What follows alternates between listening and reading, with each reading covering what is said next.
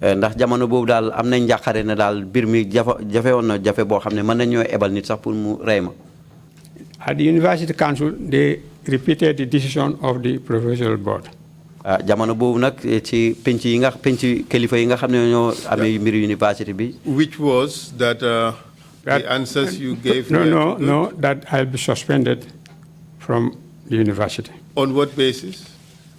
Ne dañ wara taxawalagum sa njàng ci university bi fan lañ ko wér. Yeah. They had known already that the allegations were untrue because I had repeated at the board meeting. Booba xam nañ sax li xew ne xam nañ ne moom liñ ma tuumaaloon loolu du dëgg ndax jamono jooju joxaat nañ ma dolli ko defaat mu melaan na meloon. And I wrote it out. And the professor said, this is a remarkable feat of memorization. Ci la nekk na lii de loo xam ne lu ñuy fàttaliku la. Baal ma ma laaj la xanaa xamu ne dangaa dem daara. That's it. And I wrote to the secretary. I came home eventually in February 1968. Very February 1968 nag ma ñibbisiwaat fii. But before I came back, I wrote to the registrar of the university, Victoria University of Wellington. Waaye nag balaa maa ñëwaat nag dan bind naa nag ci buntu bi nga xam ne ni fa la ñuy àggalee képp ku bëgg a jàng ci university bi. And I copied it to the permanent secretary, Prime Minister's Office, Batos, the Gambia. te tamit ma dal di ko sottandeku jox ko tamit permanent secretary ak fii ci Gambia. And my letter was dated 19 February 1968. Letter boobu nag ñu ngi ko bindoon fukki fan ak juróom-ñeent ci weeru February 1968. And this is what I said. I was then 25 years old. Jamono boobu maa ngi am ñaar fukki at ak juróom te lii laa fa wax. I said, dear sir.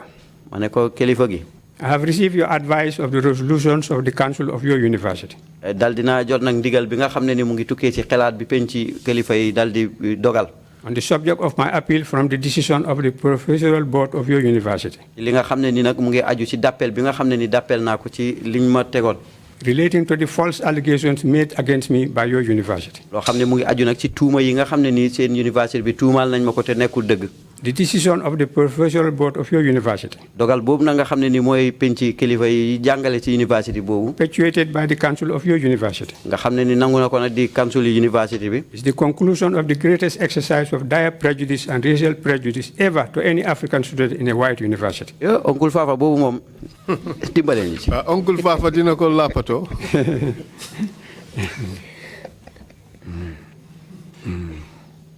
Is the conclusion of the greatest exercise of dire prejudice and racial injustice ever to any African student in a white university. Nga xam ne ni mooy li commencé ci loo xam ne ni beralante la ak xaajalante lu jëm ci wàlli doomi ni ku ñuul. If Aristotle was brought back to life in the Victoria University of Wellington and examined on his own works. Bu fekkee ne wuñeeku waatoon naa foofu tamit def na Aristotle was a great scholar, great man. If Aristotle was brought back to life in the Victoria University of Wellington and examined on his own works with the same degree of prejudice to which you have subjected me, he would fail. Bu fekkee tamit nag ne kooku ki mu tudd noonu delluwaat na foofu ci li nga xam ne ni comme ni ngeen ko tegee woon moom itamit dana daanu. If Shakespeare was brought back to life in the Victoria University of Wellington and examined on his own works with the same degree of prejudice to which I have been a victim, he would fail. Fekkee tamit Shakespeare di ko xam ne ni bindkat taalifkat la ci làkki angale ku ko dégg la ko koy Shakespeare bu fekkee moom it demaan na foofu def di comme ni jaar fi ma jaaroon moom it dana daanu.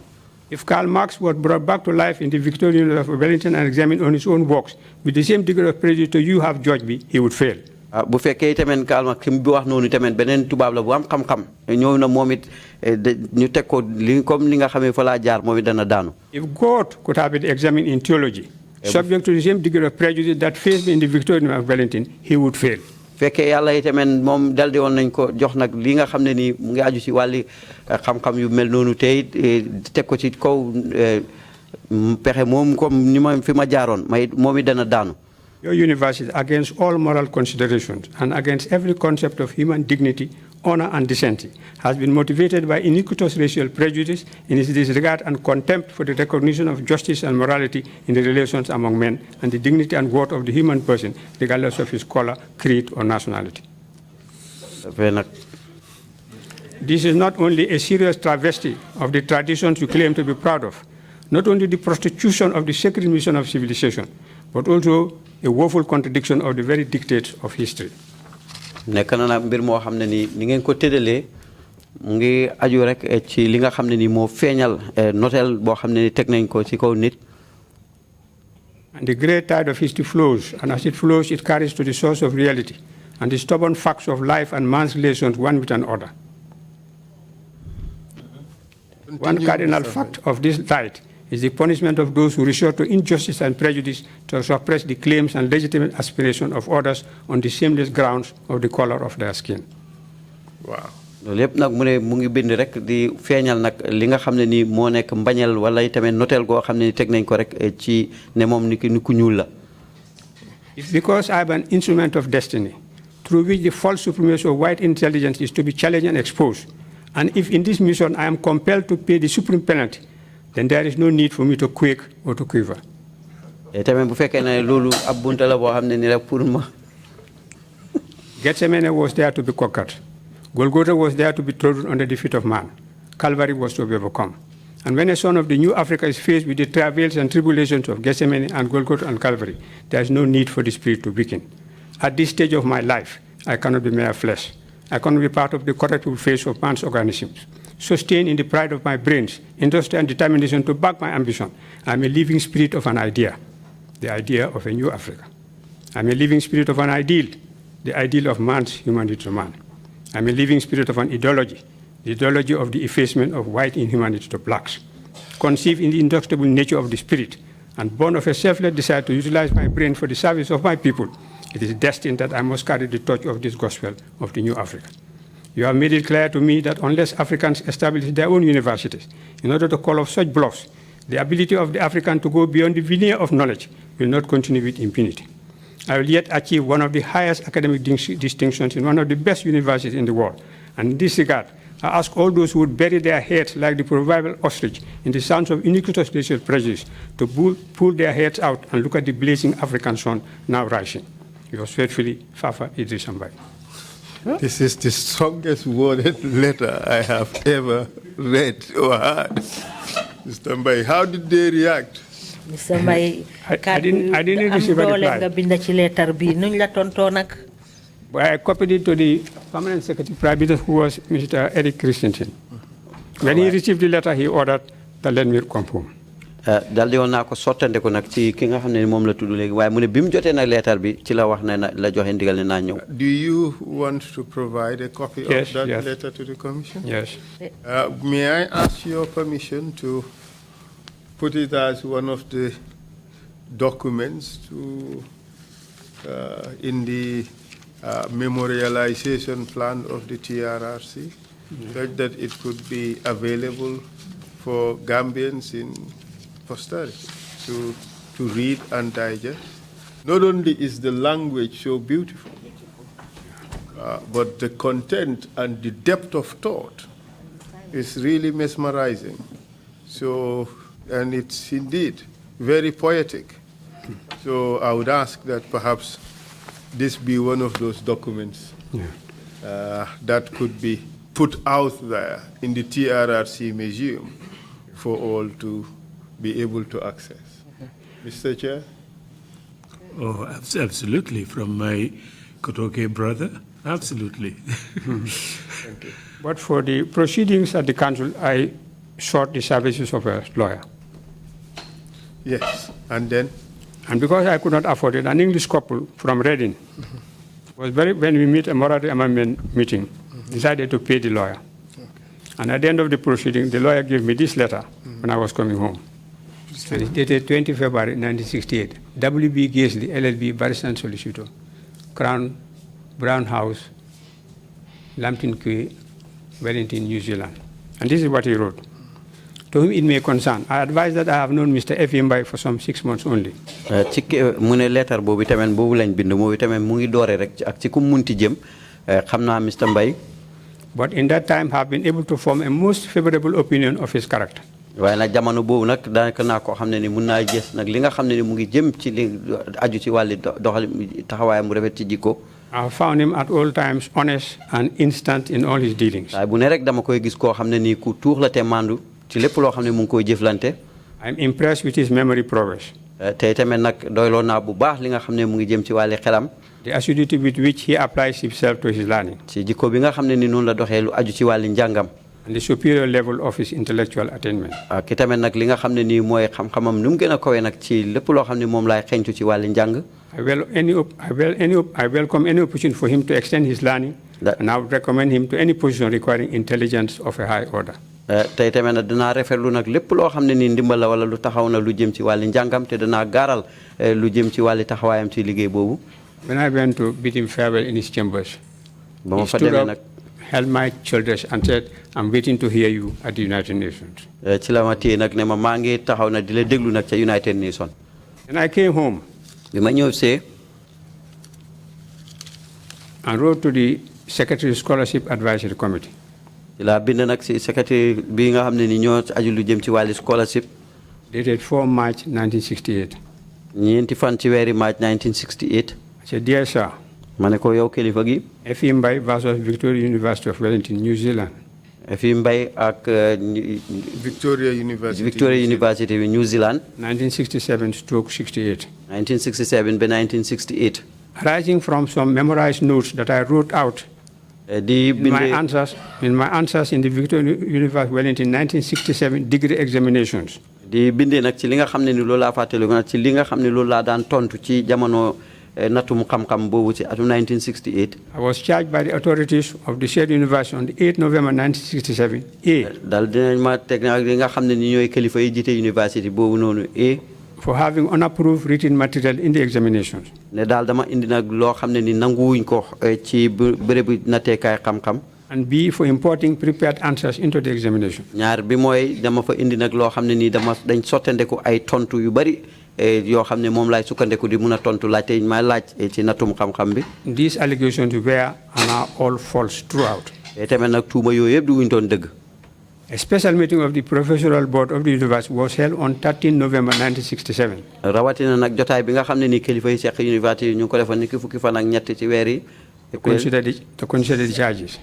ci pour nag li nga xam ne ni mooy tuuma yi ma teg. My wife and I were present at this meeting. man ak suma soxna na ñu ngi teewoon ci jotaay boobu. And I was represented by counsel. tamit dal di yoon nañu fa teewal tamit di ab lawyer. Copy of the transcript of the evidence at this meeting is attached. li nga xam ne ni nag moom lañ bind nag ci jotaay boobu ñu ngi ko ci tey ci kayit bi may bind. You will see on pages B4, D4/5 and E2. da nga gis nag fooy yi nga xam ne ni moom la tudd noonu ci gannaaw. The reports that led to this inquiry. li nga xam ne ni moo waral nag ñu gestu boobu.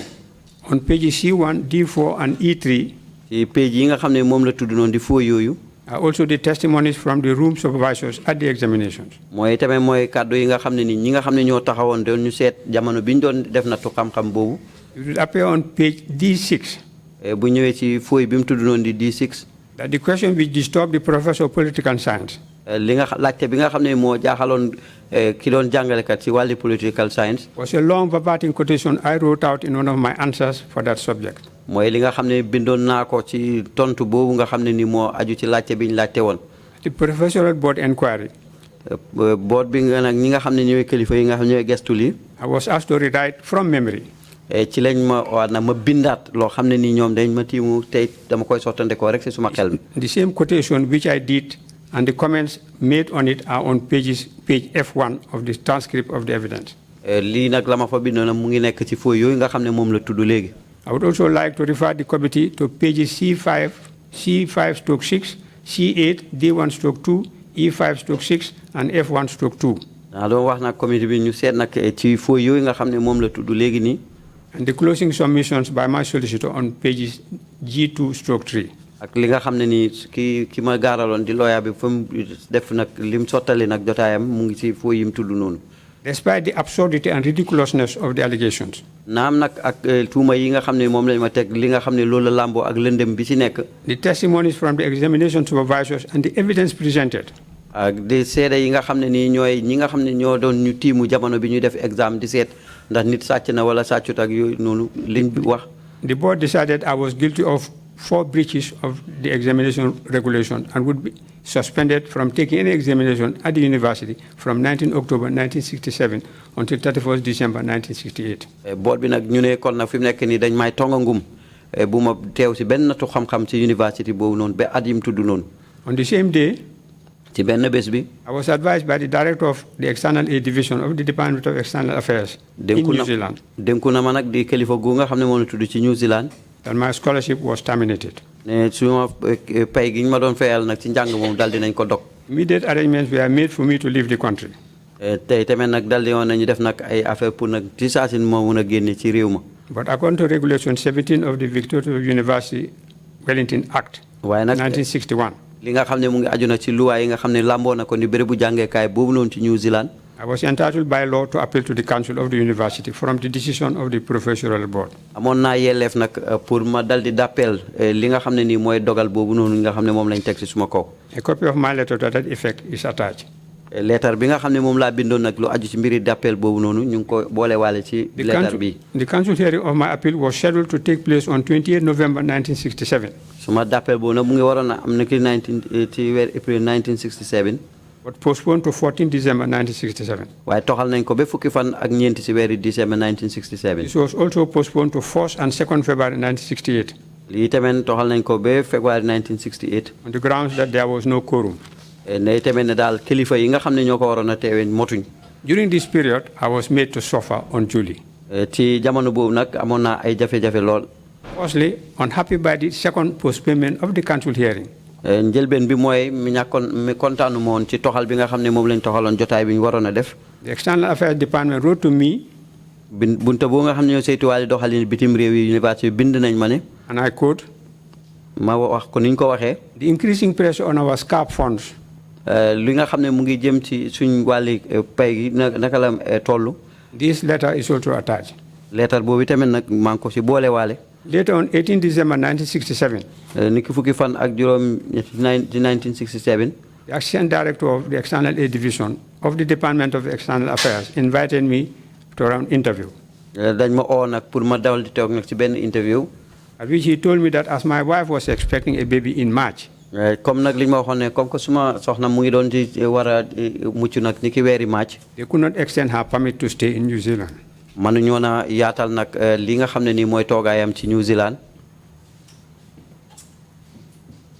The reasons he gave me were that whether I won or lost my appeal. li ma ci waxoon nag moo nekk maa xam sax ndax ma gagné suma d'appel wala ma ñàkk koo gagné. The decision to terminate my scholarship would remain unchanged. seen dogal bi ñu jël nag ne daal dootuñ ma fayale te njàng boobu moom dootuñ ko wecci.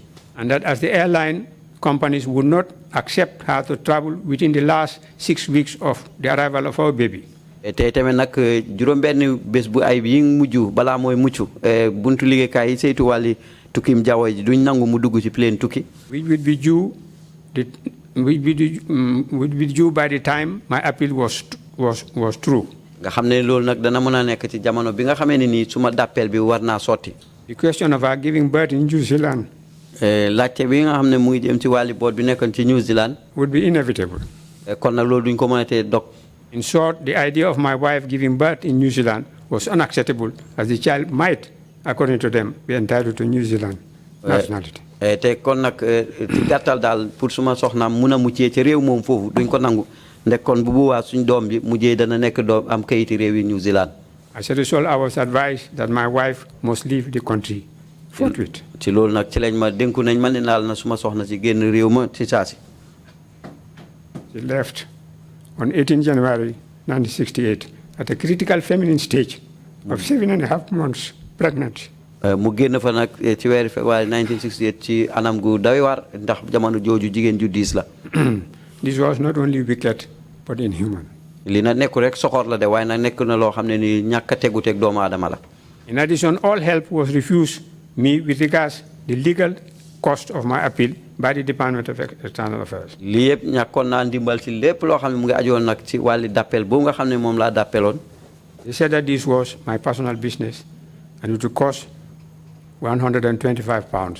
te tamit ñu ne ma nag lii nag sa aajo bopp la te danañ ci war a dépense du dem ci téeméer ak. ñaar fukk ak juróom. téeméer ak ñaar fukk ak juróom xaalisi Angleterre pounds. Or 250 New Zealand dollars. wala ñaar téeméer ak juróom fukki dollars yi New Zealand. Before the council hearing of my appeal took place. balaa nag penc moom nga xam ne ni ñooy ñi jiite université bi seen jotaay bi di jot. The New Zealand Commissioner of Police was approached to make the services of the head of the document examination branch of his department available for some scientific analysis of my answer scripts in order to help resolve the question of whether or not I imported prepared material into the examination room as alleged. benn njiiti police nag sasoon nañ koy tamit pour ñu jéem a régler li nga xam ne ni mooy ni ñooy xencoo pour seet diggante dëgg la wala déet ndax man su ma ni ma doon tontoo ci nattu xam-xam boobu dama am kayit gu ma dugalaale woon goo xam ne dañ ci sottandeko woon ay tontu. The police, assisted by the Department of Scientific Research, carried out this operation and produced an expert report. Police yi nag ñoom taxawal na leen nag di buntu boo xam ne nii ñoom it ñu màcc leen ci wàlli xarañ mbiri scientifique pour na ñu seet li nga xam ne nii mooy njàng mbind moomu tey indiwoon nañ benn report. A copy of which and the accompanying chromatographic photographs are herewith attached. tey tamit nag mu àndaloon ñu àndale naa koog li nga xam ne nii mooy ñoom seen liñ bind ak nataal yaak yëpp. In addition to this, I was required to sit for a test in order to rewrite from memory one of my examination answers in political science, too. loolu nag moo tax na sax dañ ma waxaat ne naa bindaat beneen nattu xam-xam boo xam ne nii dañ may tiimu di ma seen dama koy jàng bindee rek luy jëlee ci suma bopp bi ñëw. Which consisted 15 plus sites of memorized notes deemed to have been impossible. loo xam ne ni lu dem ci fukk ak juróom-ñaari yoo xam ne ni rek yoo daal foogu ñoon sax kenn mën na koo def sax. This examination answer was printed and a copy given to me on the 1st December 1967 to rememorize and produce under examination conditions and the direct supervision of the registrar on 6 December 1967. ñu bind nag lii ni ki benn fan ci weeri décembre pour nag ci nattu xam-xam boo xam ne nii ki koy taxaw saytu moo nekk nag kenn ci kilifa yooyu pour nag ñu seet ndax danaa mën a defaat nattu xam-xam boobu. I sat the test and again reproduced in toto, word for word, punctuation mark for punctuation mark, this 15-page answer, which was hitherto regarded as impossible by me. ma dolli toogaat defaat ko na ma ko defee woon ba rëdd yi sax niñ ko daan dogee ak fi ñuy taxaw ak li ñuy continuer yëpp sax ma defaat ko fukki fooy ak juróom yoo xam ne foogoon nañ ne nit mënatut koo def. This was compared with my original examination answer by the professor of political science. ñu daal di méngale ko nag ak bi nga xam ne moom laa njëkkoon a bind. A copy of his report where he described it as, quote, clearly a remarkable feat of memorization is also attached. mu daal di fa bind nag ne lii de nag nekk na loo xam ne nii lu géej ko ci xelam rek ñëw la. Finally, my appeal was heard by the University Council on the 1st and 2nd of February 1968. mu jéegi nag suma d'appel boobu nag dégg na ko nag def benn fan wala ba ñaari fan ci weeri février 1968. I was represented by W.V. Gates, the barrister and solicitor, and the university by Mr. H.N. Morrison, barrister and solicitor. ñim tudd noonu nag ñoo nekk ñi nga xam ne ñoo ko taxawoon ci jamono boobu noonu ci d'appel bi. Sergeant John Alexander West. Sergeant John Alexander West. Who carried out the scientific analysis of my examination answer scripts. moom mi nga xam ne ni nag moo dal di woon xencu nag ci mbiri xarañ lu jëm ci wàlli suma ni ma bindee woon. Representing the Commissioner of Police was also there to deliver his report. ki nga xam ne moo fa teewaloon nag commissioner bu police moom itamit mu ngi fa woon pour àggale nag report am. And for cross-examination by both lawyers and the members of the council. tamit nag pour nag ñu dal di laajte di lawyer yéeg ak both members yi. A copy of the transcript of the evidence at this hearing, which I had to buy from the university at £2, is attached. li nga xam ne nag mooy kayitu ni ñu ko sottandekoo nga xam ne maa ko waroon a jënd ci université bi ci £2 moom itamit ñu ngi ko ci boole. Against all this mass of evidence. ak lii yëpp nga xam ne nii mooy firnde yi yëpp de. The transcript of the evidence at the board hearing. li nga xam ne mooy transcript si board bi li nga xam ne loolu lañ war a dékku keroog. A copy of which was available to each member of the council. xam ne ni kenn ku nekk ci kilifa yooyu seen penc moo ki am na ci. The positive expert report arising from the scientific examination of my answer scripts produced and submitted by the police department document examiner. lii nag li nga xam ne nii mooy police ñoom it li ñu doon seet ci wàlli xarañ lu aju ci wàlli li ma bind na noonu la noonu. And the test of proof of ability to which I was subjected. ak tamit nag di ma laajaat tamit beneen kàtte pour seet ndax tax suma man fan la toll. The council of the university decided that although my appeal was allowed. naam sax de suma d'appel bi nangu woon nañ ko de. This was only in respect of administration. loolu nag ñu ngi ko wiir rek ci sarta yi nga xam ne mu ngi tegu na ci seen wàlli njàng. That is on the administrative point of view. nga xam ne ni nag loolu moo nekk leen seen gis-gis ñoom. And that will not affect the penalty of suspension imposed by the professional board. tamit nag loolu daal du am dara loo xam ne dana tënk nag ina bi ñoom board bi am pour dal di ma tong. The letter is attached. Letter boobu tamit ñu ngi ko ci boole. A decision that is and shall remain an unprecedented legal puzzlement. nekk na dogal boo xam ne nag amul dara loo xam ne daal dana ko tënk nag ci mbir moomu. To minds much greater than mine and others. ci xalaat boo xam ne nii wala ak yeneen yoo xam ne sax jéggi na ma. This brought to an end the conclusion of the perpetuation of the greatest exercise of racial prejudice and injustice against any African student in a white university. lii nag nekk na nag li nga xam ne nii fa lañ mottalee lépp loo xam ne nii mooy ina boo xam ne teg nañ ko pour seewloo wala tuutiloo wala xeeb nag luy de xeetoog nit ku ñuul ci buntu jàngekaay boobu. The External Affairs Department stopped paying my normal student allowance on the 6th February, and on the 24th, I left the country and arrived home on the 26th February. bu ko defee nag allowance di dampaaj bi nga xam ne moom lañ daan teg ci suma jàng mi foofu noonu mu jege dañ ko dog ci bés boobu nga xam ne moom la tudd nii mu ñib si. I now submit herewith attached copies of the proceedings, correspondence, police reports, photographs, and all the related documents in connection with this matter for the attention of members of the committee, as this will reveal better than any explanation I can give the degree of prejudice to which I have been judged and the resulting injustices I have suffered. ci kaw loolu nag maa ngi nii bind boole waale ci leetar bi mboolem kayit goo xam ne nii dëppoo naag liñ ma tuumaal ak liñ ci doon kàtteeg yëpp yoo xam ne daal aajo nañ ko ci. It is my anxiety to receive the attention of my government. lii nag dana nekk nag loo xam ne nii danaa ci aajo lool pour nag ma àggale li nga xam ne nii sàkkoo na ko ci suma nguur. A scholarship which would enable me to complete my studies. di njàng moo xam ne dañ ma koy fayal pour ma jeexal nag suma njàng. In this regard, ci kaw loolu nag. I have attached a formal application with completed forms and should be grateful for your kind approval and examination. maa ngi ci boole waale nag benn forme boo xam ne nii pour bindu la nag di xaar nag li nga xam ne nii moo nekk sa dogal bu yéwén. The tragedy otherwise is illimitable. te tamit di coono boo xam ne daal kenn xamul nu mu toll. So the letter I wrote to the secretary of the Scholarship Board. And I copied to the principal secretary, Prime Minister's office, permanent secretary, Ministry for Local Government and Lands, and the establishment secretary, establishment office. And as a result of that, were you awarded another scholarship? I was awarded a scholarship, and I went to England. joxaatoon nañ ma scholarship ma dem England. Before, I would go straight to the result of my scholarship in England. lii nag damay indi results yi nga xam ne ni moom laa amee ca England. It was published in the Gambia News Bulletin of Thursday, 11 December 1975. bindoon nañ ko nag ci kayiti xibaari Gambia fii ci Thursday ni ki fukki fan ak juróom-ñaar ci At the end of my studies in England. ci suma njeexali njàng ci The heading England. was Gambian obtains 4 degrees in 5 years. am na ci niñ ko fësale nag ci boppi xibaar yi moo nekk ne Gambian am na lu dem ci 4 degree ci juróomi ati njàng.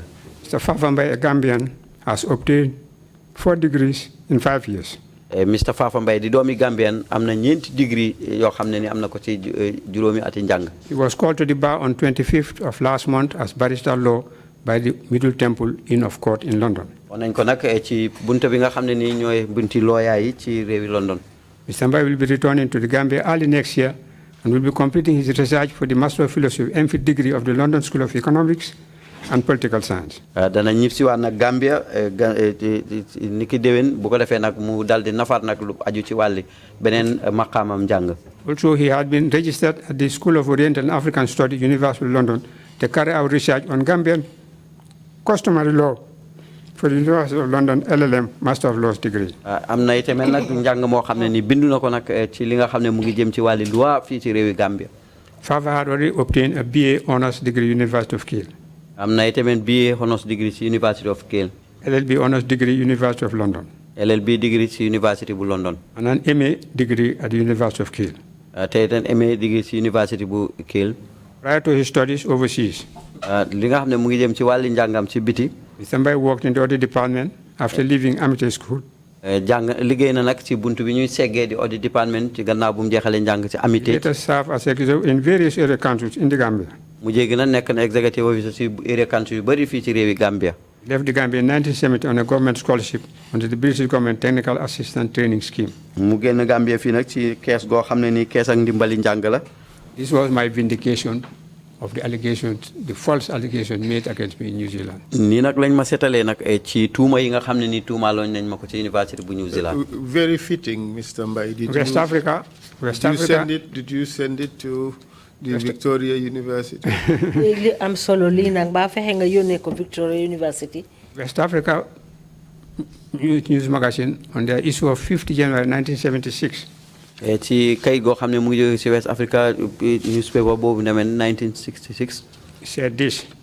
lii la wax. Mr. Fafa Mbai, who was called to the bar of the Middle Temple in London last November. Mr. Mbai mi nga xam ne oo nañ ko ci pencu looyaay foofu noonu ci London. Has piled up quite a string of qualifications in the last 5 years. am na itamit lu màcc nag ci njàng mi nga xam ne mu ngi ko def ci juróomi at. He went to Britain in 1970 on a government scholarship under the British Technical Assistant Training Scheme. ci atum 1970 ci la dem Britain réewi Angleterre. In addition to being now a barrister, léegi nag mu nekk barista. he has a BA and an MA from the University of Kerr. na maqaama BA ak MA ci University bu Kerr. An LLB from University of London. ak LMB ci University bu London. And is working for an external LLM. te itamit mu ngi fexe itamit di lu aju ci wàllu LLM. Doing research on customary law of the Gambia. di def nag benn nafar boo xam ne mu ngi aju nag ci luwaay fii ci réewi Gambia. And also an MPhil from the London School of Economics. itamit nag lu aju ci wàllu London School of Economics. And Mr. Mbai, you returned to the Gambia in April of 1976, correct? Mr. Mbai nga dellu si waat réewi Gambia weeri April 1976. Yes, in September, I was awarded a scholarship, maybe we've covered, under the British government technical assistance scheme to study law. This has been covered in what I've just said. To study law and politics at the University of Kerr, England.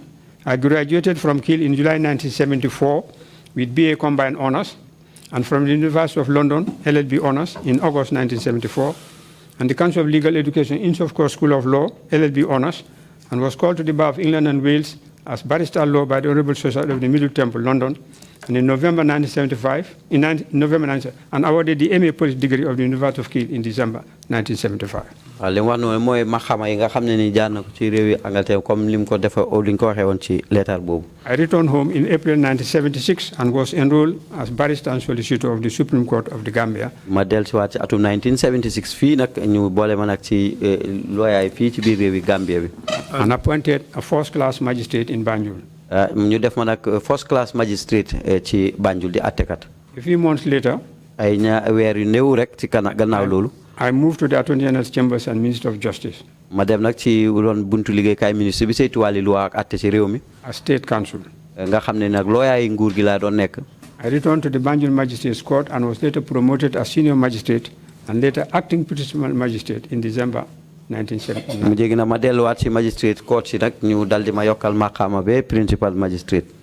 In December 19, I resigned and set up my law practice in Fana Fana Chambers in January 1980. mu jégi nag ci laa dal di bàyyi nag liggéey boobu man dal di utal nag suma bopp di doxal suma bopp suma liggéey. liggéey lawyer di Fana Fana Chambers. In May 1982, I was appointed Attorney General and Minister of Justice. ci weeri May 1982 ñu dal di ma def nag ministre bi saytu wàlli loi ak atte ci réew mi. Until June 1984. ba June 1984. And I resigned and returned to Fana Fana Law Chambers. ma bàyyi dool di delluwaat Fana Fana Law Chambers. In the morning of 23rd July 1994. ci ñaar fukki fan ak ñett ci weeri July 1994. Mr. Mbai, I noticed that you're reading from your written statement. Well, I can speak to it. Yes, just speak to it. I think that is better. Yeah. Okay, proceed, please. Tell us about July 23rd, 1994. But perhaps before then, tell us about the day before, July 22nd, 1994. What happened on that day? Wa bala lolu yeb nga wax ñu July 22nd, 1994. Bala bés bobu lan mo xewon? On July 22nd, there was a military takeover. ñaar fukki fan ak ñaar ci weeri July keroog soldat yi ci lañ ko foon nguur gi. By a group of soldiers who constituted themselves into the Armed Forces Provisional Ruling Council. di ay kuréeli soldat go xam ne na mu jégi ci lañ sos nag seen gën a moo di Armed Forces Provisional Ruling Council. In the morning of the following day, suba gi nag ci beneen bés bi. I observed the presence of military officers in 2 pickup vehicles in front of my gate. ci laa gis lu dem si ñaari pick-up di oto xotti almet yi ñu wër nag taxaw suma buntu kër ñu ngi fees ak soldat. Some of them were Where did you live at the time? at 45 Kairaba Avenue, jamono Fajara. jooju foo dëkkoon. mu ne 45 Kairaba Avenue. I came out to ask what it was all about. ma ñëw na laajte lu xew. They said, "Is this Fafa Mbai's compound?" ñu ne ma ndax fii mooy kër Fafa Mbai. I said, "Yes, it is." may leen waaw. He said, "We want to see him." ñu ne dañ ko bugg a gis. I said, "I am Fafa Mbai." may leen man maay Fafa Mbai. I didn't know any of them. xamuma kenn si ñoom nag. And cannot remember the one who said to me, "We want you to come with us to the State House for the offer of the Office of Attorney General and Minister of Justice." xamee moo tamit ki nga xam ne moo ma wax ci ñoom sax ne ma de dañ bugg a ànd ak yow dem State House pour ñu jox la ma xama ministre bi saytu wàlli loi ak àtte ci réew mi. I refused it straight away. ma bañ si saasi. After a while, they left in their vehicles. sin tuut nag ñu dem. A few days later, ay fan gannaaw loolu. at night, ci guddi. my watchman told me that there was a military man at the gate. ci la ma suma watchman bi ne ma am na benn soldat bu taxaw si buntu kër gi de. Wanted to see me. daf la bugg a gis. I came out to the gate ma génn ci buntu bi. and asked what he wanted. laaj koy loo soxla. He said he wanted to see me ci la wax ne daf ma bugg a gis. and asked if he could come in. ci la wax daal ci la laaj ndax mun naa dugg si. I opened the gate ma ubbi bunta bi. and chose to meet him at my veranda. tey tamit ma bëggoon na ñu tasee na si suma ron perong bi. fa laa That is where I chose to meet him, at my veranda. ci suma ron perong bi. He identified himself as Sadibu Haidara ci la ma ràññeel nag ne boppam ne moom mooy Sadibou Haidara. and offered me the position of Attorney General and Minister of Justice. wax ma nag ne dañ laa jox nag maqaamam ministre bi saytu wàlli loi ak àtte ci réew mi. I declined. ma bañ. He started to plead with me. ci la commencé nag di ma neexal. When I pointed out ci laa ko wéralal ne. that I was in fact about to travel to the United Kingdom man sax de maa ngi woon ci wàccaayi tukki ci réewi Angleterre. for my annual medical checkup ci comme nag at mu jot ni ma dee demee pour seet suma yaram bi. and to visit 3 of my sons. ak seeti suma ñetti doom yoo xam ne ñu nga fa. We are already at university in England. ñoom it ñu ngi ci université bi ci réewi Angleterre. Mr. Mbai, after the first attempt to recruit you as Attorney General, did you take any steps to inform important people you considered important about this? Mr. Mbai bañ njëkkee ñëw nag ci yow pour wan la ne dañ la bëgg a jël jox la maxaama Attorney General gannaaw loolu nag ndax fexe nga jokkoo ak ay nit yoo xam ne yow sa ay nit yoo óolu la pour wax a ñoom. Yes, immediately they left. On that first day, the 23rd, in that morning, immediately they left. waaw niki ñaar fukki fan ak ñetti ci weeri July bi bés boobu ci suba gannaaw bu ñu demee rek ci saasi. I called my neighbor J. Shedi, who was next door. ci la téléphone suma. I called him. He was next door. ma oo ko suma dëkkandoor bi J. Shedi. And Rai Faraj ak ay Faraj. was opposite across the street. moom it ñu ngi jàkkaarloo woon gannaaw mbedd mi. Accompany me to visit, to inform authorities about the visit of the military to my compound. pour wax leen nag li nga xam ne nii mooy ñooñu ñëwoon ci suma kër gi. The offer made and the rejection. liñ ma joxoon ak ni ma ko bañee. I drove with J. Shedi and Rai Faraj.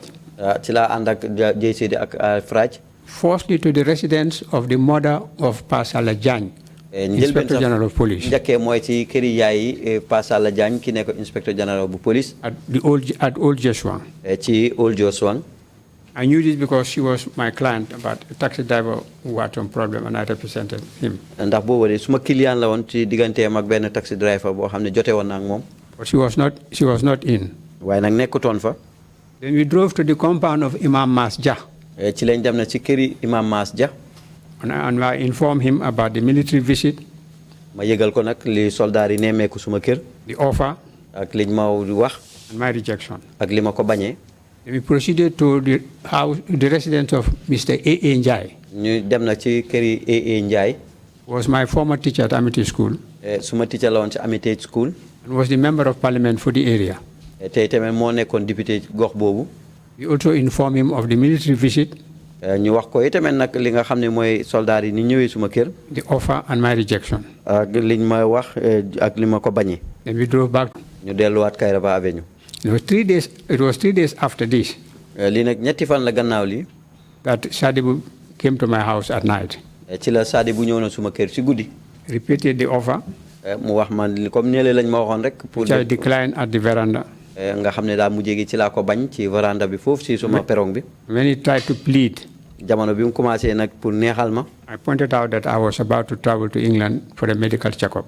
ci laa ko wax ne ko de man de dama war a dellu Angleterre pour seet suma yaram wi. And to visit my children. 3 of my sons were already at university. ak suma ñetti doom yoo xam ne ni ñu ngi ci université bi. He left. mu dem. A day or 2 later, also at night, benn fan wala ñaar ci guddi yi tamit. Sadibu came back. ci la Sadibu ñëwaat.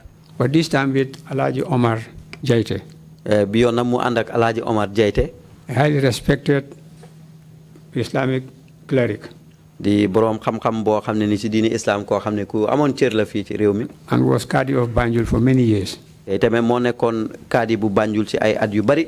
He was a mentor to me and always gave me wise counsel.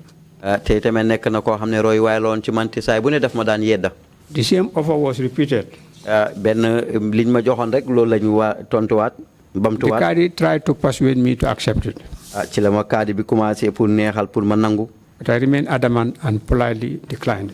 ma taxawaat fa ma taxawoon rek waaye nag ci ak yar ma bañaat. After that, the Qadi came back a few times at daylight during the day. ci ay waxtu yu néew ci suba gi rek ci bëccëg bi Qadi bi ñëwaat. But I could not be persuaded. waaye nag mënutoon ma neexal googu yoon. Other people, ñeneen. including Imam Mohammed Lamin Drame, bokk na sa Imam Mohamed Lamine Dramé. Imam Barham Job, Imam Barham Diop. Serigne Aliou Saho, Serigne Aliou Sakho. Dr. Mangom Sise, Dr. Mangom Cissé. and former amateur school teachers A.A. Njai and NSN Njai. Ndiaye ak NSN Ndiaye. Either came to the house benn dañ ñëw si kër gi. or called me wala dañ ma oo. that I to consider accepting the offer. ne daal naa bàyyi xel daal pour jël nag li nga xam ne nii moom lañ ma jox. Some of them, they tried to persuade me. ñenn ñi nag commencé di ma neexal. Some of them even pointed out am na ñoo xam ne sax daal di woon nañ ma wax ne. that the country was in a very unstable situation. ne réew mi daal mu ngi ci jamono bu doy waar. We had the combination, the dangerous combination of young military officers, inexperienced, now with the reins of power. te jamono jooju nag ay soldats yu ndaw ñoo xam ne nii seen xam-xam soriwut te ñoom jamono jooju ñoo nekk ci nguur gi. One of the imams, in fact, said, kenn sax si imaam yi de mu ne ma. I want to say this in Wolof, repeated. Réew mi si nattu bu métti lañ nekk. He told me that this it's in a very bad situation. Soldat dof la. So militaries are mad people. Xale guddut xel. And kids are not that much wide in brain. Nguur doole la. And government is power. Ñette yi ñoo tese. And these are the three things that met. Yow nag nit ñi xam nañ la. Everybody knows you. Óolu nañ la. And people have trust in you. Ràññee nañ la. And they recognize you. Dégg naa ne ñu ngi la bëgg a jël nga bañ. I heard that they want to appoint you and you decline. Soo bañee. If you decline, su réew mi tasee. if there is problem in this country, di nga ko layoo ak yàlla. you have to say it with God. mu ne soldat bu teree ñaari xeet xeex. So he said that if a military officer try to convince that there will be no fight between two tribes, mu ëpp tiyaabo taalibe bi naafila guddi yëpp. I think he has more reward than the disciple who prayed the whole night. nit ñi ma tudda. All those I named, suma soppe la dañ ma soppoon. they are all my friends, dañ ma bëggoon. and they like me. dama daan waxtaan ak ñoom. I used to chat with them, di jël seen digal. and I accept their ideas, ñuy boromi xam-xam. and they are knowledgeable people, te ay imam. and they are imams. waaye ñi ma jàngal amiti xama bu baax. And those I learned with Amite, they know me very well. ñeneen ñi mel ni Mangom Cissé doon suma mbokki Saalum Saalum. Those like Mangom Cissé, like Salum like me. ma am ak ñoom kóllëre ak respect bu rëy. I have respect with them, ma xam cër biñ ma jox. and I know where they place me. ma doon di am nag mixed feelings. I started developing mixed feelings. ci jamono boobu nag laa commencé di am ñaari xel. may xalaat. I was thinking. Man, I would like to read this. Yes, go ahead. may doon nag di xalaat. I was thinking every time. li ma xalaat mooy the military takeover was bloodless and in fact peaceful. li ma xalaatoon nag mooy soldat yi ci seen coup bi nit deewut ci bakkan desut ci. And one may even say quieter than a general election. That it was quieter than a general election. gis nañ ne sax moo gënoon a sedd sax ni wote biñ daan def si réew mi. There was no visible protest. te tamit nag gis woon kenn koo xam ne ni mu ngi ko doon jéem a ñaxtu. It was also very popular. te tamit nag nekkoon na loo xam ne lu siiw la. The vast majority of the first cabinet, the vast majority of the first cabinet, ëpp nag si pencu ministre yu njëkk yi. was an impressive team of fellow Gambian civilians of honor and respect in society. nekkoon nañ nag ay kuréeli doomi Gambien yoo xam ne ni ñu am cër lañ ci suñ biir. And included Bakary Bunja Dabo as Minister of Finance. Bakary Bunja Dabo ministre bi saytu woon keesi nguur gi. Bolong Sonko as Minister of Foreign Affairs. Bolong Sonko doon ministre bi saytu woon wàlli doxalini bitim réew. Satang Diaw, Minister of Education. Satang Diaw doon ministre bi saytu woon wàlli njàng mi. Fatoumata Diallo Tambajang, Minister of Health. Fatoumata Diallo Tambajang ministre bi saytu woon wàlli wét garam yi. Member Tabeli and all of whom I had known very well. ñeneen ñi nga xam ne ni xam na leen bu baax a baax. And although I was 52 years old, te jamono boobu maa ngi toll si juróom fukki at ak ñaar. with a good law practice, te man amoon naa xam-xam bu baax ci wàlli loi. increasing personal and family responsibilities. ak tamit bokk ci tamit nag warugal bu yaatu ci wàlli njaboot gi. And therefore no small measure, and in fact a great sacrifice to myself and to my family. te tamit nag doon wàkkilu bu rëy ci suma bopp ak suma njaboot. That I seriously started considering to accept to serve the country as Attorney General and Minister of Justice. la commencé nag di xalaat ne daal xaaral man nangu rek nekk ministre bi saytu wàlli loi ak àtte ci réew mi. With the hope that with this impressive team of civilians already appointed in cabinet, di am yaakaar nag ne kuréeli ministre yi nga xam ne ñoom lañ tànn fi mu nekk nii de. we'll be able to help manage the affairs of the country and the restoration to democracy, good governance, respect for human rights, and the rule of law within a short period of time. danañ mën a fexe nag ba delloowaat li nga xam ne nii mooy bàkk wu sol woo xam ne nii am na fii ci biir réew mi mooy topp loi cëral àqi doomu aadama ak tamit taxaw réew mi mu jub ci wàlli démocratie. But it was not until 8 August 1994 waaye nag amutoon ba juróom-ñetti fan ci weeri August atum 1994. when members of the Executive Committee of the Gambia Bar Association, ñi nga xam ne nii ñooy kuréel yi mbootaay looyaay yi. namely Mr. Surata B.S. Jane, President of the Bar, ki nga xam ne moo nekkoon ki jiite woon mbootaay looyaay yooyu di Surata Jane. Ousseynou Dabo, Abche Yasin Seka, Awa Cissé Sabali, Aida Drame, and myself, ak man ci suma bopp. had a meeting with the Military Council at the State House, Banjul. ñu am nag jotaay ak kilifaay soldaar yooyu nga xam ñoo ko fu nguur gi jamono boobu ci Banjul. To express the concern of the Bar about the situation. pour nag wax na li nga xam ne mooy gis-gisi baa bi ci jamono boobu.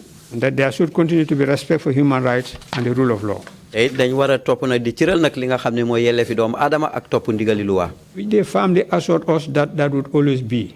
loo xam ne dañ ñu ko gaaralal si saa si nag ne loolu daal waxtu wane dana mug di continuer. I have a picture of that meeting in my mobile phone. am naa nataal ci meeting boobu nga xam ne ni moom lañ defoon mu ngi ci suma mobile bi.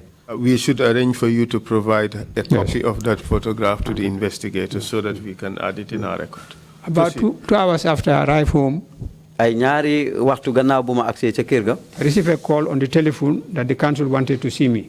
ci laa uyu nag benn téléphone call ne daal council bi nag mooy pencu soldat yooyu nga xam ne nii kuréeli soldat yooyu ko foon nguur gi dañ ma bugg a gis. And would want to see me. dañ ma bugg a gis. I tried to reach some of the members of the Bar Executive who had the meeting earlier with the council. bëggoon naa wax ak nag ñenn ci ñi nga xam ne ñooy ñi ma seqatoon meeting boobu. But was only able to reach Mr. Ousseynou Dabo. waaye nag Ousseynou Dabo rek laa mënoon a jot jamono jooju. And inform him about the offer. pour yëgal ko nag li nga xam ne ni mooy wax liñ ma jox. He pointed out that there had to be an attorney general in any way, in any case. dana jafe ma pour attorney general ci ak. There had to be an attorney general. faaw rek ñu am attorney general. waaw foog si rek ñu am attorney general. And with my experience having held the office before, ak suma xalaat nag comme ne ni nekkoon naa ci place boobu bu njëkk. I should seriously consider accepting it for the sake of the country. foog si rek daal man nangu ko ndek li nga xam ne nii suma lu aju ci wàlli réew mi. He prayed for me and wished me well. mu ñaanal ma nag na ma nag jàmm ak dalit. I drove to the State House and met the entire council waiting to receive me. ma dem na State House fekk council bi yëpp ñu ngi ma toog di ma xaar. That was when I finally decided to accept to serve as Attorney General and Minister of Justice based on certain conditions that I later elaborated in writing in 2 memoranda of understanding. ci jamono boobu nag ci laa nangu nag pour nag jël nag loolu nga xam ne moom lañ ma joxoon di ministre bi saytu wàlli loi ak àtte ci réew mi. And what were these conditions, Mr. Mbai? waaw ci yooyu nag ci yan sart nga ko tëraloon Mr. Mbai. I have copies of. No, I'll explain that. Yes. These documents yooyu nag were signed by the chairman of the council, Yaya Jammeh. signé woon na ko nag di chairman council bi ki jiite woon kuréeli soldat googu di Yaya Jammeh. But on the day I was removed from office, waaye bés biñ ma génnee ci office ba nag. Daba Marena and Sababa Daba Marena ak Samba Ba. came with Mr. Mustafa Marong. Mustafa Marong ñu ànd ak Moustapha Marong. was appointed to replace me. moom lañ tànnoon na pour mu remplacer ma. Daba Marena and Sambaba, from then I came to supervise the handing over. Daba Marena ak Samba Ba jóge ko ci NIA pour ñëw na seet naka la ñooy jébalante nag bureau office boobu. That's when they searched my table and the drawers and refused me to take these documents, this memoranda of understanding.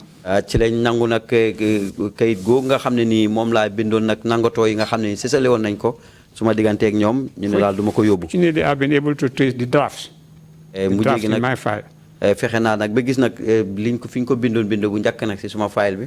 I don't have the signed one because they were taken from me, but I have the drafts which I would like to. Yes. amoon naa nag bind bu njëkk waaye nag biñ signé boo amatuma ko. I have the draft in handwriting. Yes. maa ngi ko am nag ci niñ ko bindee ci Just loxo. tell us the gist of it, Yeah. the main Okay. essence. Okay.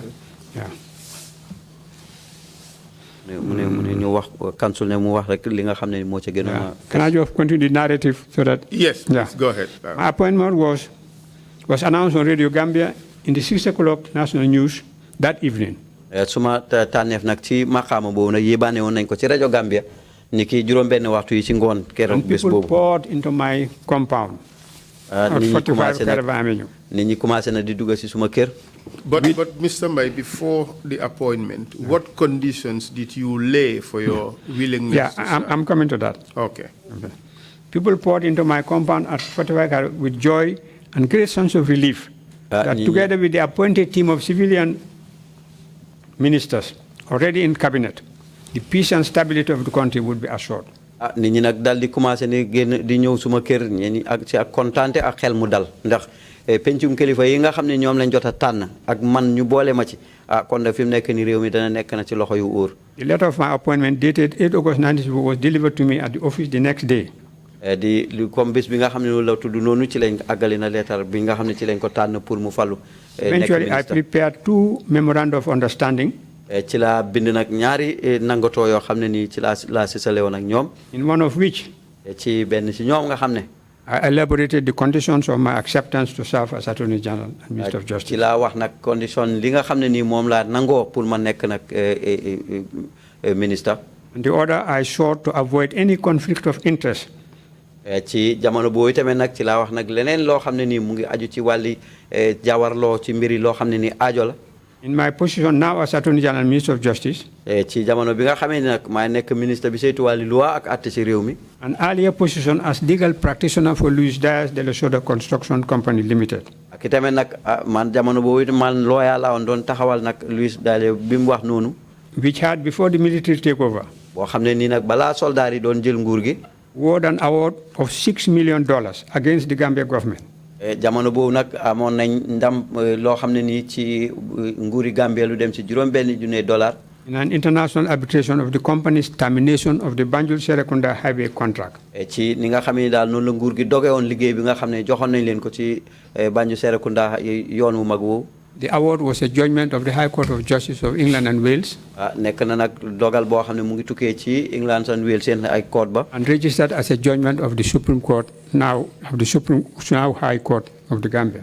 nga xam ne ñu bind ko itamit mu nekk dogal boo xam ne dina tukkee fii ci court bi kowee fii ci réewi Gambia. And due for payment. dañ ko waroon a fay. These were the 2 memoranda. lii nag moo nekkoon nag nangatoo yi nga xam ne nii And if you come to the memoranda about the condition of my acceptance, it will be clearer. Yes, please bu go ñëwee ahead. nag ci li nga xam ne ni moom laa sësaloon ci nangatoo bi nga pour Want me man to ma read nangu. that? Yes, tell us the gist of it and Yeah. then provide the copy. Yeah. The handwritten copy, and it was typed. Yes. And it's a memorandum of understanding between AFPRC and Barrister Fafa Mbai. nangatoo bi nga xam ne moom lañ sësale ci diggante AFPRC ak Fafa Mbai. Fana Fana Chambers, 1 Hill Street, Banjul. Fana Fana Chambers, 1 Hill Street, Banjul. A. Background and purpose of memorandum. benn bu njëkk bi mooy lan mooy waral nag nangatoo googu ñu sësale ko. Background. lim tukkee ak li nga xam ne moo sos tax ñu bind nag kay googu. Following the takeover of the government of the Gambia toftal nag gannaaw boo xam ne nii dal dinañu kof nguuri Gambia. by the Gambian Armed Forces on 22nd July 1994. di kuréeli soldaar gi fii ci réewi Gambia ci ñaar fukki fan ak ñaar ci weeri July 1994. The AFPRC outlines its major objectives. AFPRC nag dal dinañu seetaan di wax nag li nga xam ne mooy seen jubluwaay yi. Eradicating corruption mooy pour dàq fi tappaleeg labaj. and the mismanagement of national resources. ak itamit lu jëm ci wàlli kasaara alali réew mi. Instituting and ensuring accountability and unpickable public and financial administration of the nation's affairs. ak itamit na taxawal loo xam ne nii dana jubal lépp loo xam ne mu nga aju ci wàlli konte ak itamit lu jëm ci réew mi. And embarking on constitutional and electoral reforms which would ensure an authentic, effective and transparent system of democracy in the Gambia. tey delluwaat nag ci loo xam ne mu nga aju ci mbiri wote nguur goo xam ne ni dana taxaw ci lu jëbal nag wàlli démocratie ak ni ñu toppatoo. In order to achieve these objectives, pour nag ñu jot nag ene boobu yooyu ñu bind. the AFPRC expressed its intention to tap the reservoir of talent, expertise and patriotism available in the country. AFPRC kuréeli soldaar googu nag ene nañ nag pour dal di seq nag seen liggéey bi ak boroomi xam-xam yi nga xam ne ñoo nekk fii ci réew mi. To this effect, ci kaw loolu nag. invitations were extended to selected members of the Gambian intelligentsia. te tamit nag am na tànneef yoo xam ne nii daal joxoon nañ leen fii ci réewi Gambia. Including Barrister Fafa Mbai to come forward to serve their country. bokk na si na Barrister Fafa Mbai pour ñu ñëw na pour liggéeyal seen réew. Substance of the agreement reached. li nga xam ne nii mooy fànn yi nga xam ne moom lañ taxawal nag ci wàllu nangatoo yooyu. Preamble. comme niñ ko bindee. Following frank and sincere discussions. toftal nag waxtaan wu fës woo xam ne ni def nañ ko. Guided by a common spirit of nationalism and strong commitment to the national interest. ci loo xam ne ni nag ànd na ak lii nga xam ne nii moo nekk taxawaay ina lu jub ci wàllu réew mi. And a common desire to provide our best services for the good of the Gambia and Gambians. ak itamit nag li nga xam ne nii mooy jëm ci loo xam ne daal dana baaxal nag réew mi ak doomi Gambien ñi nekkee fii ci réew mi. There was full and unanimous agreement on the following. am na nangatoo yoo xam ne nag ñun ñëpp ñoo ci nangoon ci yi nga xam ne moom laay wax si nii. 1. benn. In order to ease the sense of discomfort and difficulty. pour wàññi nag li nga xam ne nii mooy xatoo ak itamit jafe-jafe fii. Derived from his principal commitment to democratic civilian government. li nga xam ne mu ngi jëm ci wàlli jëm ci civilian nguuri civilian. Which Barrister Fafa Mbai had about serving in a military-led government. loo xam ne ni nag Barrister Fafa Mbai nangu na pour liggéey si nguur goo xam ne ni soldaar yi ko jiite. The AFPRC restated its strong commitment to ensure the restoration of government by the civil society. di li nga xam ne ni nag delluwaat na pour lu jëm ci wàlli civil society bi. Based on genuine democracy and free and fair elections. lu aju nag ci wàlli démocratie bu wér ak wote boo xam ne ni kenn du am benn jafe-jafe dañ ko def si sago. As soon as necessary rectification measures have been put in place. gannaaw nu mu gën a gaawee rek boo xam ne ni jubbanti nañ benn rëq-rëq boo xam ne ni am na. In this regard. ci kaw loolu nag. Both sides agreed to work assiduously to elaborate an appropriate timetable for such a democratic government as a top priority. ñaari boor yëpp dal dinañu feeñal ak seen ina ci li nga xam ne moom la ñuy njëkk a jubal bopp li nga xam ne mooy aajo réew mi. 2. ñaareel bi. In order to take care of the conflict of interest that might appear to arise later. ci pour li nga xam ne ni nag fànq nag mboolem loo xam ne mu ngi jëm ci wàlli jawarloo aajo di conflict of interest loo xam ne dana feeñ gannaaw lii. Regarding a civil case instituted and won by Barrister Fafa Mbai on behalf of his client. ci put here after all about his Louis Dias Construction Company Limited. ci layoo boo xam ne nag Barrister Fafa Mbai gagné woon na ko ci turi kiliyaanam. the full details of which were explained to the AFPRC during the discussions. loo xam ne nii nag leeraloon nañ ko waa AFPRC ci jamono seen waxtaan bi. The AFPRC has assured Barrister Fafa Mbai that the government of the Gambia will respect the judgments made by the relevant judicial bodies and the said and that the said case will honor and that the said case will be honored and therefore is committed to fully paying the orders and award by the Gambia Supreme Court. te itamit kon nag danañu cëral nag mboolem dogal boo xam ne ni mu ngi jógee koo ci code boobu te itamit am nañ pour wéral nag dogal yooyu te itamit am nañu pas-pas itamit pour fay li nga xam ne moom lañ dogal. And the International Court of Arbitration in respect of this case. te itamit nag code boobu nga xam ne moom la tudd mu ñoom ñoo taxaw nag ci case boobu. ñetteel bi. In order to make it possible for Barrister Fafa Mbai to serve the nation. pour rek Barrister Fafa Mbai pour mu liggéey réew mi. Without sacrificing the legitimate educational interests of his 3 sons. ak itamit nag pour wàkkilu na li nga xam ne mu ngi jëm ci ñetti njàng doomam yi nga xam ne ñu ngi fi. who he is himself currently sponsoring at universities in the United Kingdom. moo ñoo xam ne ni moom si boppam moom moo leen ay fayal seen njàng te ñu ngi ci université bi ci Angleterre. And taking into account the significant drop in overall income which his services in the government will bring about. te tamit bu fekkee tànn nañ ko ci nguur gi daanu te bu muy daanu ci wàlli koom-koom nga xam ne ni tànn gi ñu ko tànn ci nguur gi. moo ko koy def. The AFPR has agreed to provide full scholarships for Barrister Mbai's 3 sons until their courses are completed. te tamit nguuri AFPRC foog si ñu fayal nag ñetti doomam yooyu bañ jeexal njàng. In this regard. ci kaw loolu. The Secretary General is directed to take all necessary actions to implement this decision in consultation with Barrister Mbai. Secretary General bi nag dal dinañ ko jox ndigal pour na mu jël nag dogal yooyu yëpp gannaaw boo xam ne dana diisoog Barrister Mbai. It is understood that such scholarship when awarded. te tamit dal dinañu gis ne façon scholarship yooyu buñ ko joxee. Will not be automatically forfeited or withdrawn should Barrister Mbai no longer be in the government. dootuñ ko nangu si saasi bu fekkee ne Mr Mbai nekkatu di liggéey ci nguur gi. But instead could be withdrawn purely on grounds of academic performance. waaye nag mën nañ koo génne de bu fekkee ne nag mu ngi aju na ci wàlli xale yooyu di jàng ñu ngi daanu si seen wàlli njàng mi. 4. ñeenteel bi.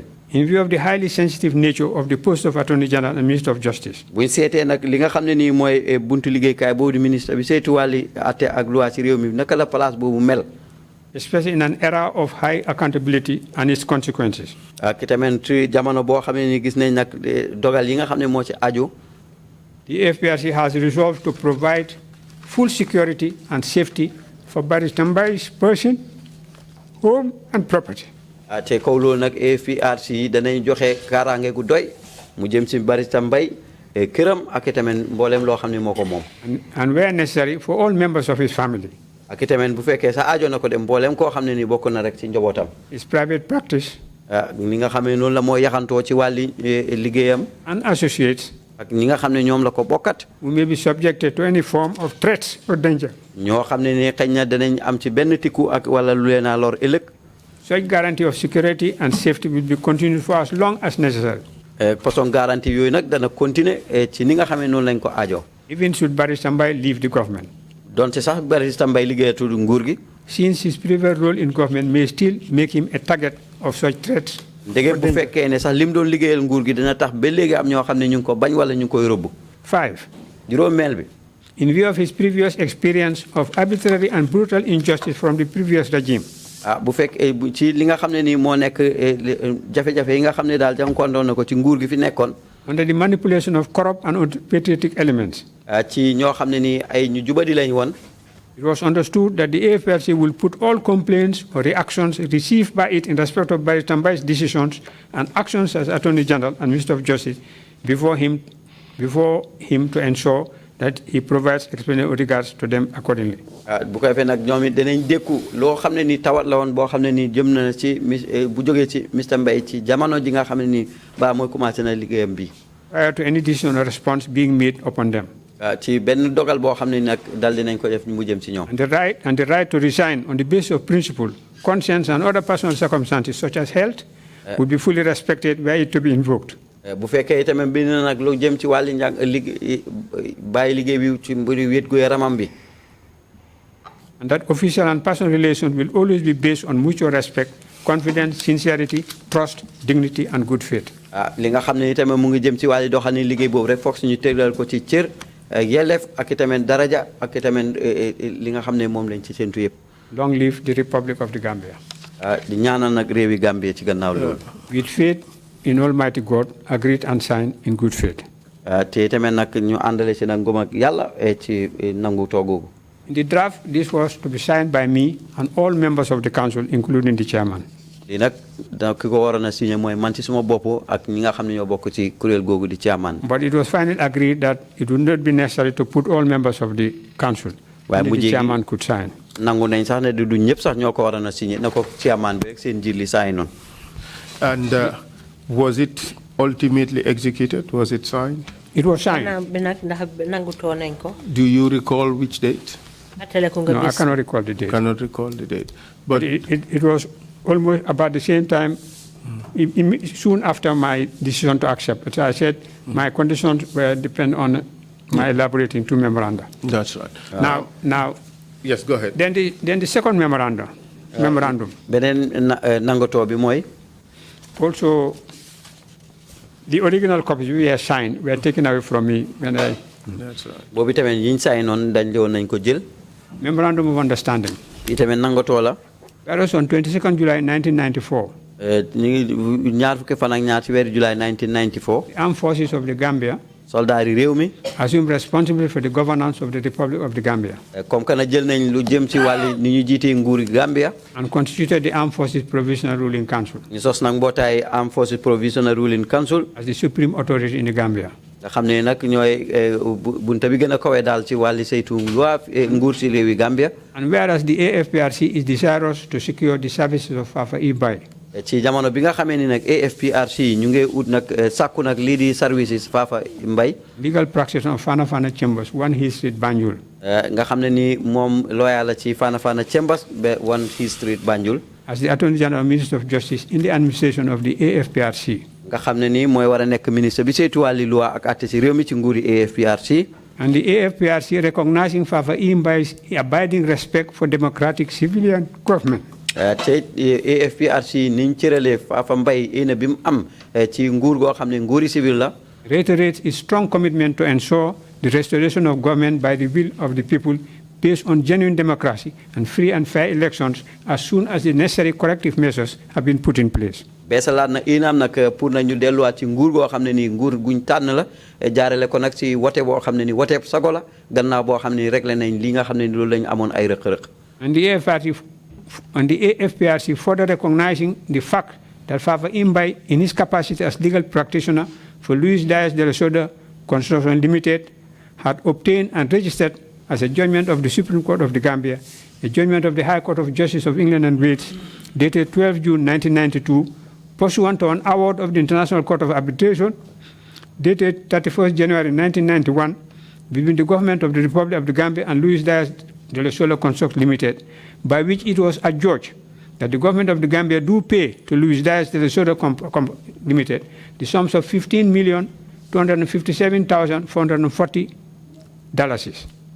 bu ko fee nag mooy beneen nangatoo ci biir nangatoo yooyu Fafa Mbai moom jamono bi nga xam ne nii balaañ koy tànn mu nekk ministre doon na lawyer taxawaloon nag ñim tudd noonu ci layo boo xam ne nii ñoo ko gañe woon te tamit nag nguuri Gambia war a fay alal ju toll ju mel noonu te ñoom nag comme kuréel googu comme que ñu ngi sàkku service Fafa Mbai danañ ko fay.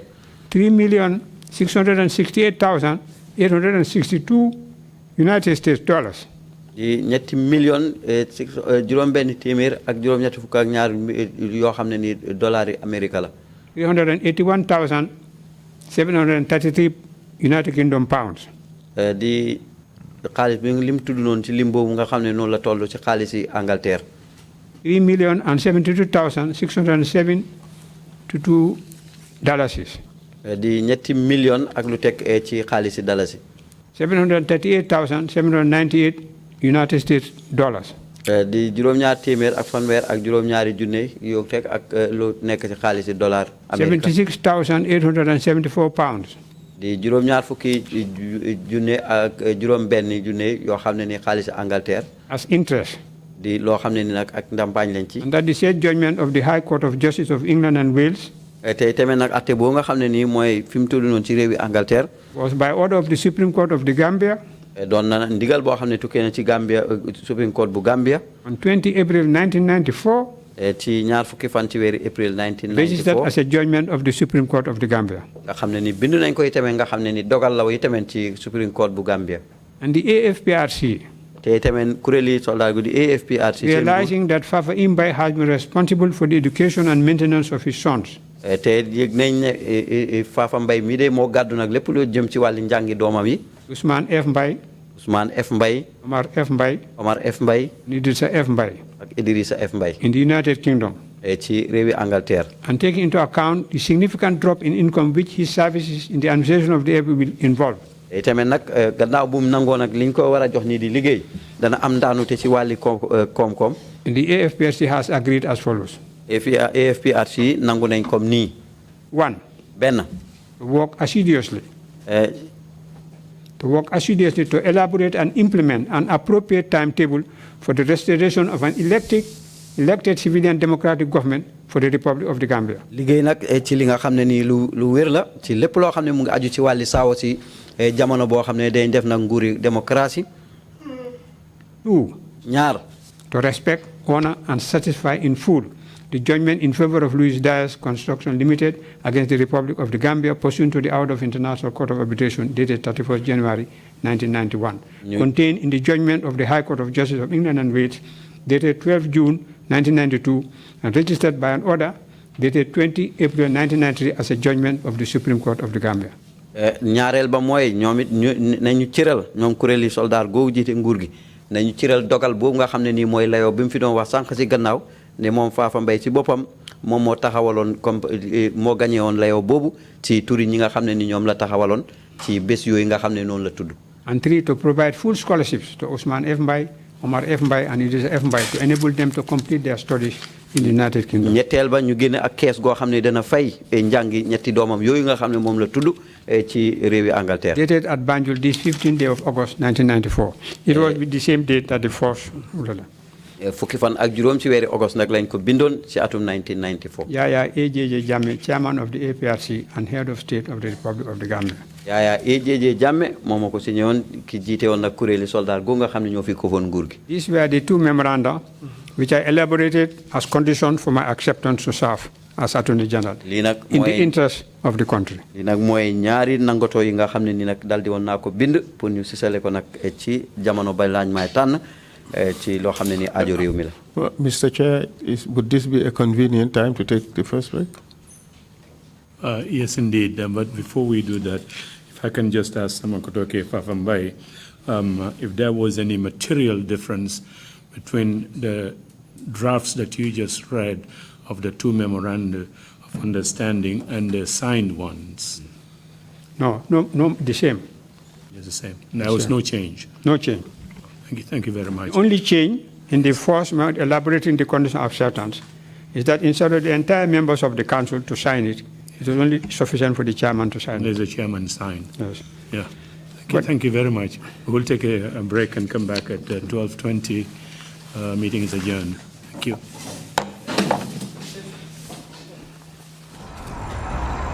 When we touch down, better broke down.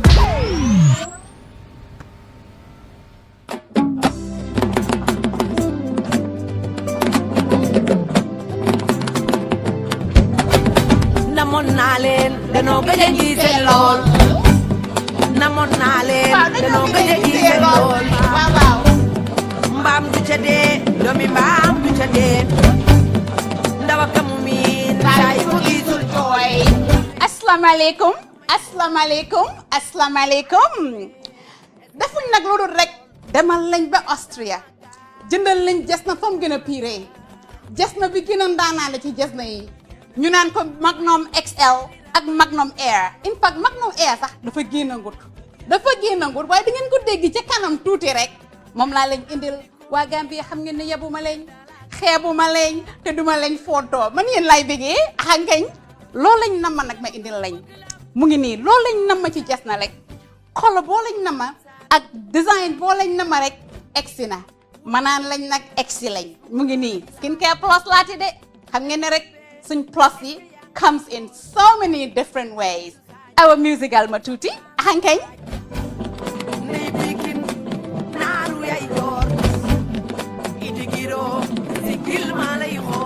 waaw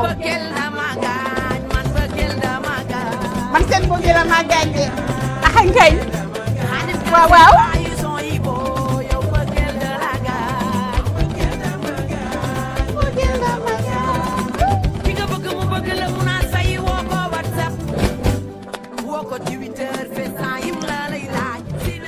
Skincare Plus of the Gambia niñ leen ko tàmmoo di defalee rek mun ngeen ñoo jot ci number yi bu dee Gambia fii la call lañu si 36 99 137 bu dee yaa nga United States nag call ñu si 347 731 0071 te naan lañ nag suñ contract bi DHL mu nga fam newoon ba léegi foo nekk ci àddina rek boo ñu ne ring ñu jaay la paagal la ba pare yónnee la ko ci ak ni mu gën a yombee xam nga rek fañ newoon fala ba léegi number si naka la 347 731 0071 mooy United States suñ number bi fii locally fii ci Gambia fii mooy 36 99 137 te naan la ngeen number yëpp a ngi WhatsApp boo ñuy call dañu am noonu rek la nag waaw